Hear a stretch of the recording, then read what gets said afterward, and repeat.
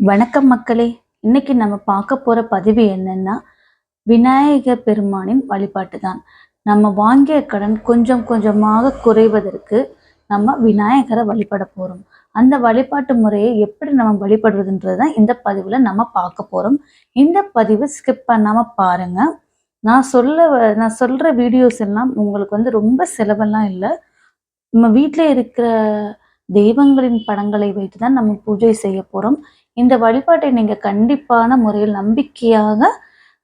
நம்பிக்கை வைத்து நீங்க வழிபட்டீங்கன்னா கண்டிப்பாக உங்களுக்கு கைமேல் பலன் கிடைக்கும். 100% நம்பி நீங்க இந்த வழிபாட்டை செய்யலாம். எல்லாருக்கும் வாங்கிய கடன் கொஞ்சம் கூட குறைந்த பாடாக இல்லை நினைப்பார்கள். வட்டிக்கு மேல் வட்டி குட்டி போட்டு அந்த வட்டியை அடைப்பதற்கு மீண்டும் கடன் வாங்கி இப்படி கடன் ஏறிக்கொண்டே செல்லும். இந்த பிரச்சனையிலிருந்து விடுபடுவதற்கு தான் நம்ம என்ன வழி, எவ்வளவு பிரச்சனையாக இருந்தாலும் அதை சரி செய்யக்கூடிய கடவுள் தான் நம்ம விநாயகர் பெருமாள்.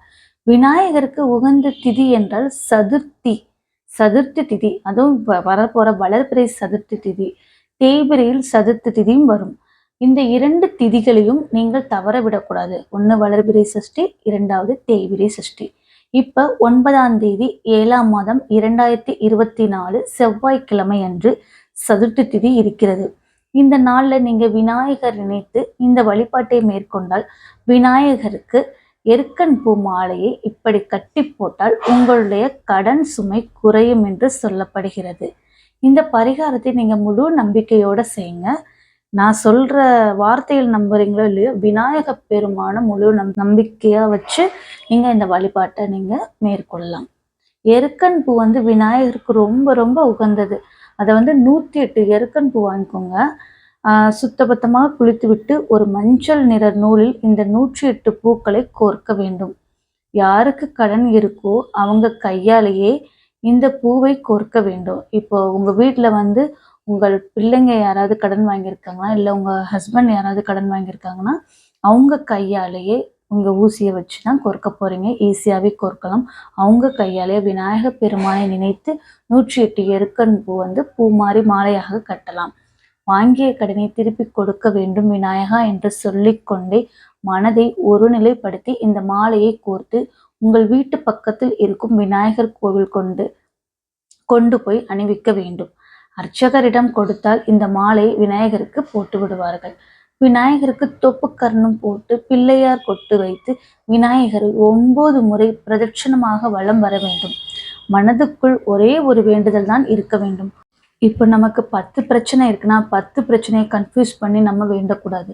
10ல் 1 உங்களுக்கு சீக்கிரம் குறைஞ்சாலே அடுத்தடுத்த பிரச்சனை கொஞ்சம் கொஞ்சமா குறைய ஆரம்பிச்சிடும். அந்த ஒரு பிரச்சனையை விநாயகர்கிட்ட மனதார நினைத்து விநாயகர் பெருமானை நினைத்து அந்த பிரச்சனையை சொல்லி வழிபட்டாலே போதும். உங்க வீட்டு பக்கத்தில் அரச மரத்தடி பிள்ளையார் இருந்தால் அந்த பிள்ளையாருக்கு உங்கள் கையாலேயே இந்த மாலையை போட முடியும். அப்படி போட்டால் இன்னும் பன்மடங்கு பலன் கிடைக்கும். ஒரு முறை மட்டும் இந்த வழிபாட்டை மேற்கொண்டால் போதாது. தொடர்ந்து 9 மாதங்கள் வரக்கூடிய சதுர்த்தி திதியில் மறக்காமல் பிள்ளையார போய் பாருங்க. 9 மாதம் வளர்பிறை திதி, வளர்பிறை சதுர்த்தி, தேய்பிரை சதுர்த்தி, இந்த மாதிரி மாசத்துல 2 சதுர்த்தி வரும். அந்த 2 சதுர்த்தியை நீங்க 9 மாதங்கள் நீங்க மனசுல வச்சுட்டு பிள்ளையார போய் பாருங்க. கையோடு இந்த எருக்கன் மாலையும் கட்டி எடுத்துக்கிட்டு போயிருங்க. இந்த பரிகாரத்திற்கு அப்படி பவர் இருக்கு. இந்த 9 மாதங்கள்ல உங்களுடைய வாழ்க்கையில் நிறைய மாற்றங்கள் வந்துவிடும். கடனெல்லாம் படிப்படியாக குறைச்சிட்டு நிம்மதியான வாழ்க்கை வாழ தொடங்குவீங்க. வரக்கூடிய செவ்வாய்க்கிழமையிலிருந்து இந்த பரிகாரத்தை தொடங்குங்க. செவ்வாய்க்கிழமை கடனை குறைக்க உதவக்கூடிய நாள் தான். இந்த நாளோடு சேர்த்து சதுர்த்தியும் வருகிறது.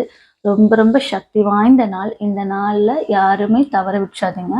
இந்த பரிகாரத்தை தொடங்கினால் நிச்சயமா உங்களுக்கு வெற்றி கிடைக்கும், வேண்டுதலும் பலிக்கும். உங்களுக்கு இந்த வீடியோ பிடிச்சிருந்தா ஒரு லைக் பண்ணுங்க. இந்த சேனலை சப்ஸ்கிரைப் பண்ணாதவங்க சப்ஸ்கிரைப் பண்ணுங்க. இந்த சைடில் இருக்கிற பெல் ஐக்கானை கிளிக் பண்ணிங்கன்னா நான் போகிற நோட்டிஃபிகேஷன் உங்களுக்கு வரும். இந்த சேனலில் சொல்லக்கூடிய தெய்வ வழிபாடு ரொம்ப ரொம்ப எளிமையான வழிபாடு.